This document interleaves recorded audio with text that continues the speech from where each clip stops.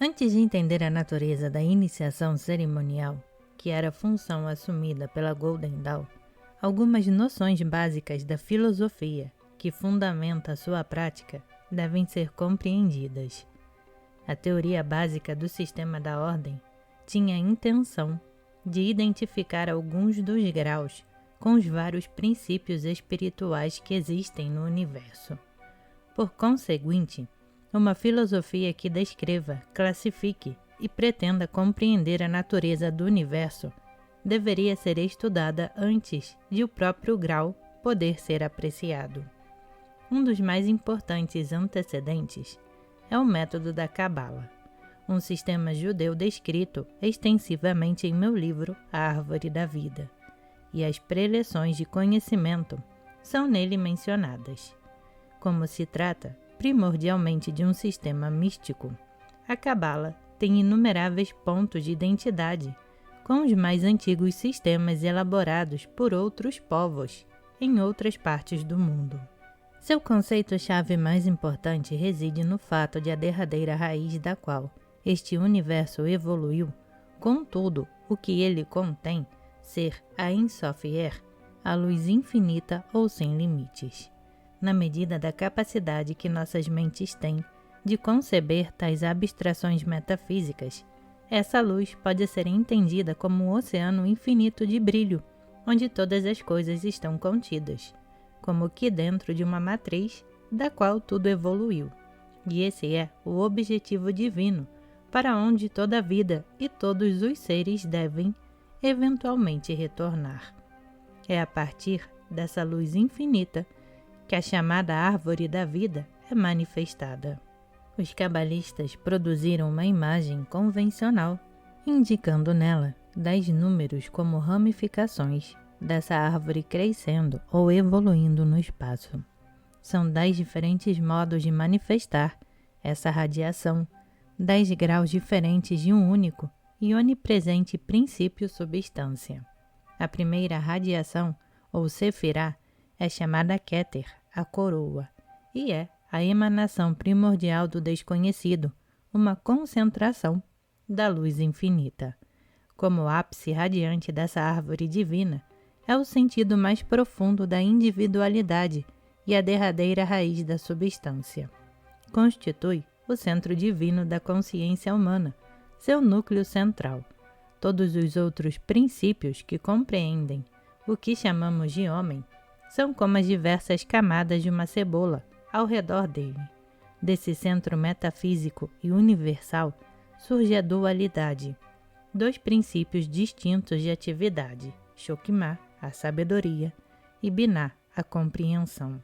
Aqui temos as raízes da polaridade, macho e fêmea, positivo e negativo, fogo e água, mente e matéria. E essas 2 ideias são os números de todos os diversos opostos da vida, dos quais temos conhecimento. De maneira especial, essas 3 emanações são específicas e simbolizam especialmente aquela luz que brilha na escuridão, a luz do eu espiritual. Assim como a luz brilha na escuridão, iluminando-a, sem sofrer qualquer diminuição em sua existência, assim também os trabalhos das supernais, como são chamadas as 3 Sefirot, transbordam de seu exuberante ser sem diminuir em qualquer grau a realidade ou a vitalidade infinita de sua fonte. Portanto, considera-se que elas têm pouca relação com as Sefirot inferiores que emanam delas, exceto aquela que há entre o tronco e a raiz. Entretanto, apesar de qualquer relação filosófica com nosso universo fenomenal, quando nos envolvemos com o trabalho de magia, descobrimos que é costumeiro e até necessário abrirmos-nos por invocação à influência delas, para que o divino poder dessa luz supernal, descendo por intermédio da mente humana, possa santificar e realizar o objetivo da própria cerimônia. As supernais são frequentemente retratadas em diagramas e em símbolos, como mulher vestida com o sol, estrelas acima da cabeça e a lua a seus pés. a típica figura da ânima da psicologia moderna. Portanto, representam aquela primeira matéria dos alquimistas, cuja descrição de Thomas Vaughan, em seu livro Coelum Terrae, é interessante citar aqui como um indicativo a mais da natureza e qualidades das supernais. A mais pura e doce virgem, pois nada ainda foi gerado dela. Ela a nada cede senão ao amor, pois seu objetivo é gerar, e isso nunca foi realizado pela violência. Aquele que sabe como animá-la e diverti-la receberá todos os seus tesouros. Primeiro, ela derrama de seus seios uma água grossa e pesada, mas branca como a neve. Os filósofos a chamam de leite da Virgem. Em segundo lugar, ela lhe oferece sangue de seu próprio coração. Trata-se de um rápido fogo divino. Alguns o chamam impropriamente de seu enxofre. E, finalmente, ela o presenteia com um cristal secreto, muito mais valioso e brilhante do que a rocha branca e todas as suas roseiras. Assim é ela, e esses são os seus favores. Dessa primeira tríade, uma segunda série de 3 emanações é refletida ou projetada para baixo, em um grau mais grosseiro de substância. Elas também refletem as qualidades negativas e positivas de 2 supernais, agregadas a um terceiro fator, uma resultante que age como princípio de reconciliação. De passagem, devo acrescentar que atributos planetários são dados às primeiras Sefiró para expressar o tipo de suas funções. Keter é espírito, Shokimah refere-se ao zodíaco e Binah é atribuída a Saturno.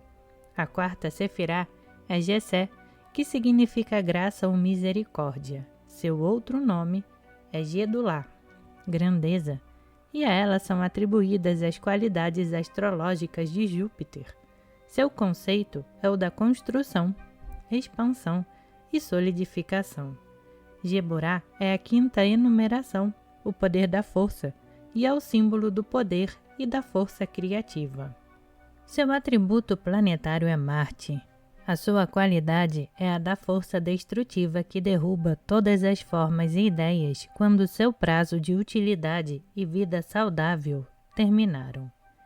Ela não simboliza propriamente um estado fixo, como um ato, uma outra passagem e a transição da potencialidade em realidade. Tiferé é a sexta Sefirá e representa a harmonização e a reconciliação. A própria palavra significa beleza e harmonia. Seu atributo planetário é o Sol, o senhor e centro do nosso sistema solar. Assim como Keter se refere às mais secretas profundezas do inconsciente, a essência da vida do homem, assim também Tiferé é o seu reflexo, o ego, a própria consciência humana. Essa Sefirá completa a segunda tríade, que é a da consciência, da mesma forma que a primeira tríade da luz supernal pode ser considerada a tríade do que é extremamente divino, a supraconsciência.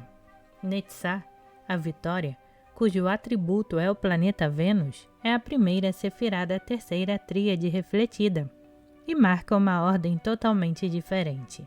Aqui, entramos na esfera elemental, em que as forças da natureza dominam. Também é a região no plano humano, do que podemos considerar como o inconsciente. A tradição da magia classifica essa inconsciência em diversas camadas, e para cada uma delas é atribuído um dos 4 elementos: fogo, água, ar e terra. A Netzah é atribuído o elemento fogo, e no que diz respeito à classificação dos princípios do homem, ela representa a sua vida emocional. No polo oposto da árvore da vida está Rod, que representa o esplendor e recebe o atributo do planeta Mercúrio. Seu elemento é água, e a sua ação representa uma mente fluida, o pensamento, a capacidade lógica do homem, assim como o que pode ser chamado de sua força mágica ou nervosa, o que os sistemas hindus denominam de prana. a nona Sefirá, e terceira dessa tríade é Yesó, a fundação, a operação da esfera da Lua. Essa é a esfera etérea da quarta dimensão, denominada em ocultismo de plano astral. Aqui encontramos a sutil substância eletromagnética na qual todas as forças superiores se concentram, o éter, e ele constitui a base ou o modelo final sobre o qual o mundo físico é construído. Seu atributo elemental é o ar, sempre fluindo, mudando e em um fluxo constante, e contudo, graças a esse fluxo, em perpétua estabilidade. Assim como a tremenda velocidade das partículas assegura a estabilidade do átomo, também as rápidas formas e o movimento de Yesod, com todas as suas implicações, constitui a permanência e a segurança do mundo físico. Na base das três tríades está Malkuth, o reino, cujo elemento é terra, a síntese ou veículo dos outros elementos e planetas. Malkuth é o mundo físico e no homem representa seu corpo físico e cérebro, o templo do Espírito Santo, a própria tumba do alegórico Christian Rosenkreuz. As Sefirot não devem ser interpretadas como 10 porções diferentes do espaço objetivo, cada uma separada por milhões e milhões de quilômetros, mas é claro que devem ter suas correspondências em diferentes partes do espaço. Na verdade, elas são conceitos seriais, cada condição ou estado ou conceito serial envolvendo o outro. Toda Sefirá, seja espiritual, etérea ou física, tem suas próprias leis, condições e tempos. Fazendo uso da terminologia do livro de Dune, experiência com o tempo. A distinção entre elas está na qualidade e na densidade de substância. A diferença pode muito bem estar na dimensão, além de representar diferentes níveis de consciência. Os mundos inferiores, sendo interpenetrados ou seguros pelos superiores. E como é colocado por um axioma, Keter, a corona, está em Malkuth pelo fato de ser sua substância de uma natureza infinitamente rarefeita, atenuada e etérea, enquanto Malkuth, o universo físico, está envolvido dentro do espírito totalmente permeado que é Keter, da mesma e exata maneira pela qual Dune imagina o tempo número 1, envolvido ou contido, ou movendo-se como em um campo de experiência dentro do tempo número 2 de sua série.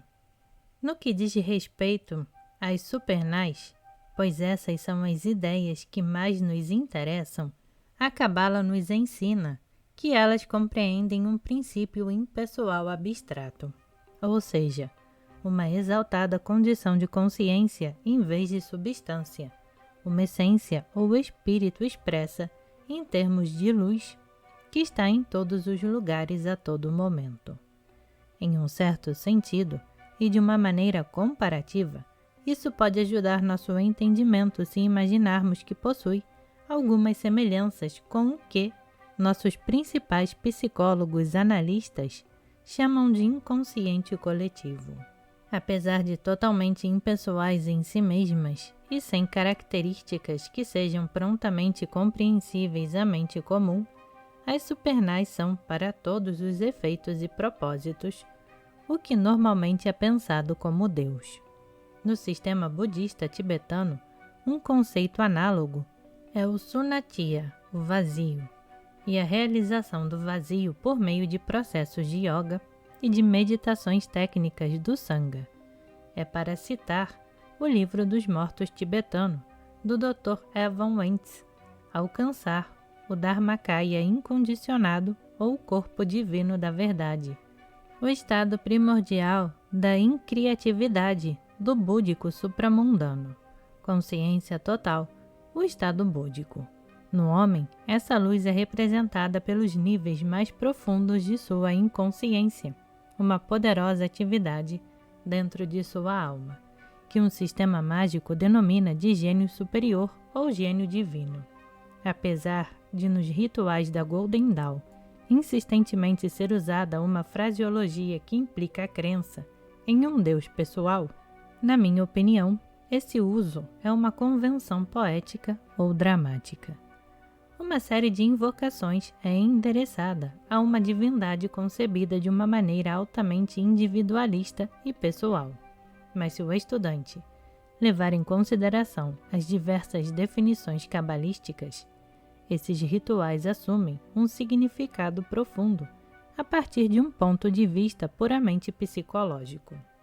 Ou seja, são considerados como métodos técnicos de exaltação da consciência individual até o estudante conseguir uma completa realização de sua raiz divina e aquela por essência da mente universal, que no fundo é a própria.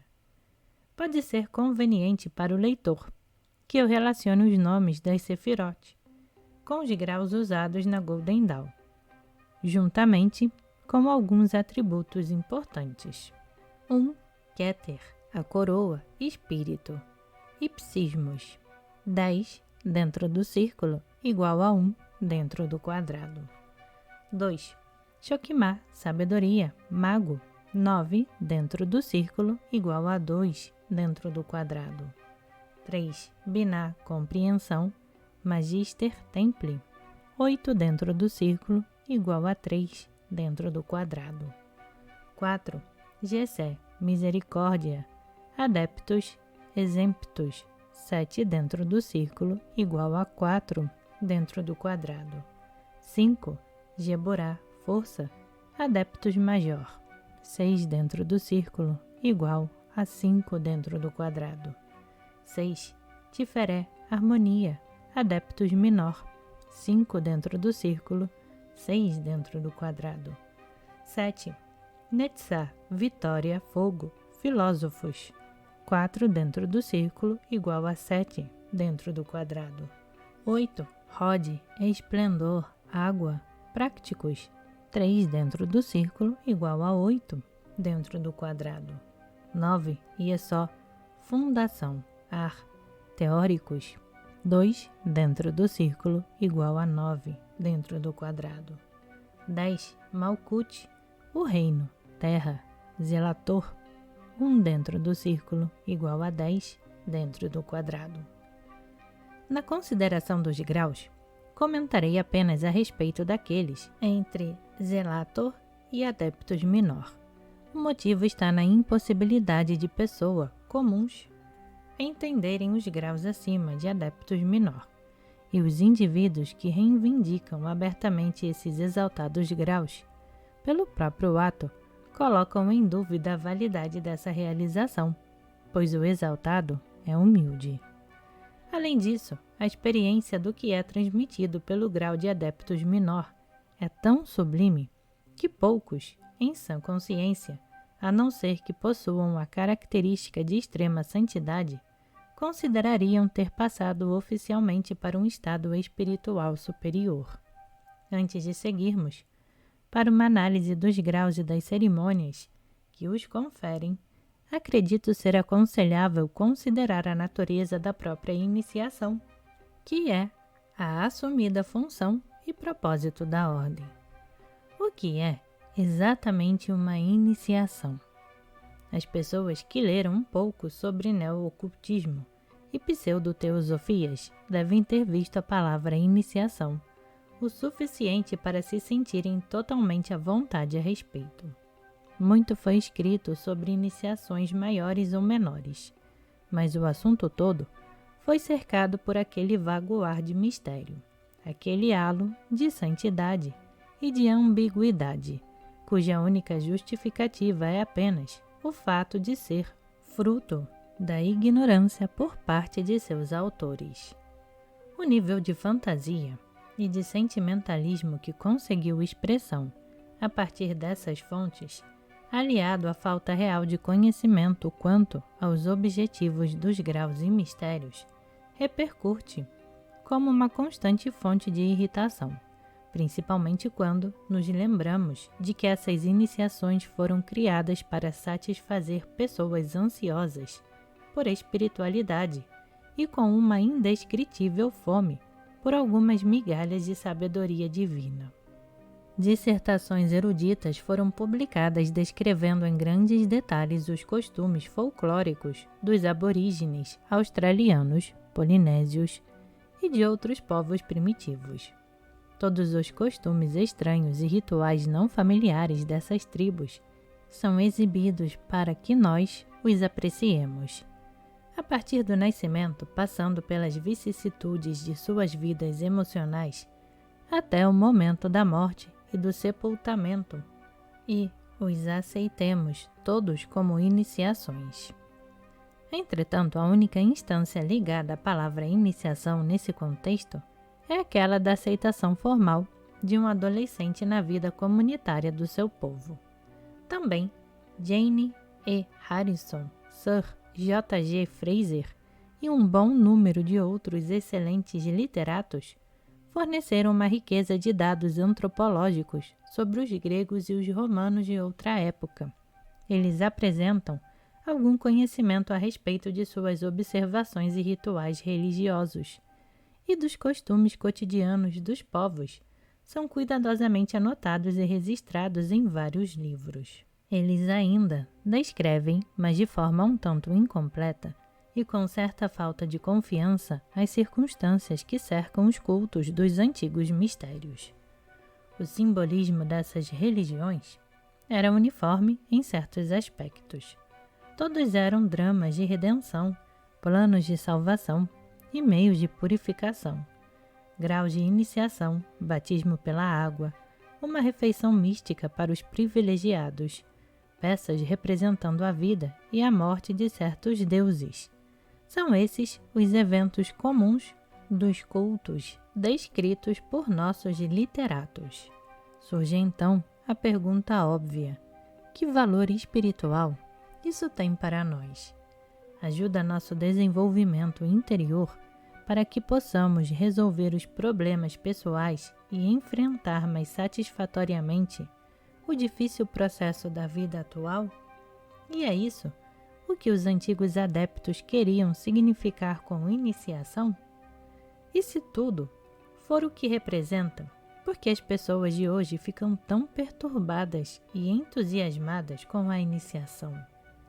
Deve haver um outro significado mais latente, algum outro propósito para o ritual ter sido entendido pelos observadores originais, pelo qual eles eram assistidos e ajudados espiritualmente, não só para lidar adequadamente com a vida, mas para fomentar a conquista e a manifestação de suas naturezas espirituais latentes. Pois, a despeito de todos os registros e de toda tentativa conhecida para penetrar no significado desses rituais, assim como ao exato procedimento da técnica teúrgica, ainda não conseguimos obter uma satisfação ou compreensão duradoura. Indubitavelmente, havia um segredo nessas celebrações, tanto para as várias etnias quanto para os cristãos primitivos, que nenhum registro esotérico divulgou ou que o sentido comum conseguiu explicar por completo. E o motivo, sem dúvida, é este: apesar de os primeiros escritores não sentirem qualquer excitação na divulgação de certos princípios da filosofia, de seus mistérios, ninguém sentiu necessidade de assumir a responsabilidade de registrar em branco e preto os detalhes práticos da técnica da magia. Da maneira que, por falta de uma descrição dos elementos práticos desses rituais, os nossos estudiosos, antropólogos e filósofos não se sentem inclinados a dar muito significado aos antigos mistérios, mas apenas um senso comum religioso e filosófico. Ou seja, eles acreditam que as noções usuais de uma natureza teológica ou filosófica avançada eram promulgadas em si mesmas. De passagem, posso afirmar que a completa técnica esotérica da iniciação nunca foi publicada abertamente. ela foi reservada em total sigilo para os iniciados das escolas sagradas de magia. Embora vários documentos explicando os princípios dessa sabedoria circulassem entre os membros dessas escolas, o recebimento deles envolvia juramentos de sigilo absoluto, de maneira tal que, até em épocas recentes, os poucos expoentes seculares das antigas religiões e filosofias sequer suspeitavam da existência desses princípios. A raiz da palavra iniciação significa começar, iniciar ou começar de novo. Portanto, é o início de uma nova fase ou atitude na vida, a entrada para um tipo totalmente novo de existência. Sua característica é a abertura da mente para uma percepção de outros níveis de consciência, tanto interior quanto exterior. Iniciação significa, acima de tudo, crescimento espiritual, uma marca definida na existência de uma vida humana.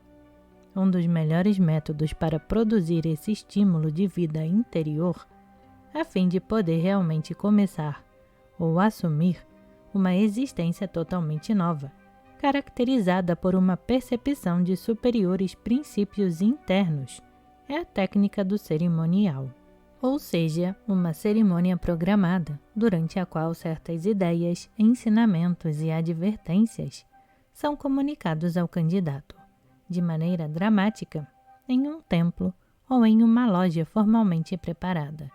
E isso não é tudo. Do contrário, nenhuma reivindicação poderia ser feita por conta da magia, que ela realmente inicia, e não apenas de forma figurativa. Pois o pronunciamento de uma ordem formal não implica necessariamente que o candidato possa aprofundar-se o suficiente em sua consciência, de maneira a despertar, com renovada energia, as qualidades espirituais latentes que possui. E já testemunhamos a invalidade e a falência espiritual de inumeráveis organizações religiosas seculares e das chamadas fraternidades, as quais possuem seus próprios rituais, mas que, de maneira geral, produziram poucos iniciados ou homens e mulheres de mente espiritual, santos ou adeptos de destacado mérito. A eficácia de uma cerimônia de iniciação depende quase exclusivamente do iniciador, o que confere o poder de realizar uma iniciação com sucesso.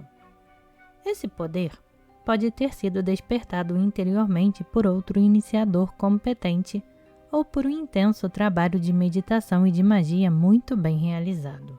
A essa altura, é quase desnecessário trabalhar em uma descrição desses exercícios e processos técnicos de desenvolvimento que foram empreendidos por candidatos e supostos iniciadores.